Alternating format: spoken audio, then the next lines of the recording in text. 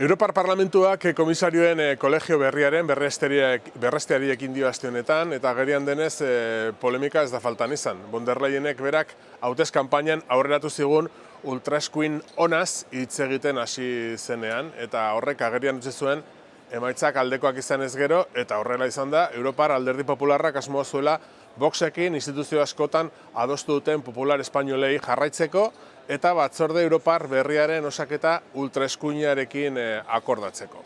Weber Alemaniarra buru duen Alderdi Popular Europarrak bi txori bota ditu tiro bakar batetik ziurtatu dute nahi izan ez gero ultraeskuinaren bozkak jaso ditzaketela eta sozialista eta liberaletaz ahaztu. Eta bestetik, Alemaniako CDU eta CSU norabide berean abiatzen dira bertan eta aurki izan daitezken hauteskundetatik aurrera eskuina eta ultraeskuinaren artean osatuko litzateken gehiengo berri bat martxan jartzeko.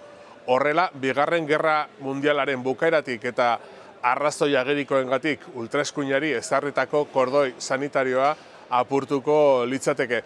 Beraz, konfirmatu egiten da, eskuineranzko norabidearen areagotzea, politika europarretan eduki aurrerakoiak eta lorpen sozialak arriskuan jartzera datorrela, datozen 4 urte terditan. Sozialdemokratek eta liberalek hausnarketa sakon egin beharko dute Europar Parlamentuan eta baita batzordean ere jokatzen duten paperaz. Ez ahaztu, batzordea kolegiatua dela eta ondorioz ez dien margen askorik uzten bere komisarioei.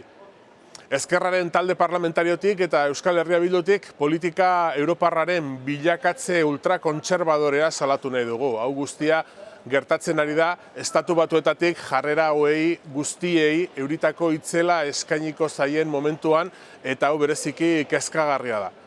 Izan ere, ezkerra, balio aurrerakoi eta demokratikoak eta gurea bezalako estaturik gabeko nazioen interesak presiopean egonen diren epe motz eta hartainean eremu europarrean eta hori dela eta Euskal Herria Bilduk ezezko bozka baino ezin dio eman Europar batzorde berriari, besteak beste ultraeskuineko 2 komisario izanen dituelako bere baitan.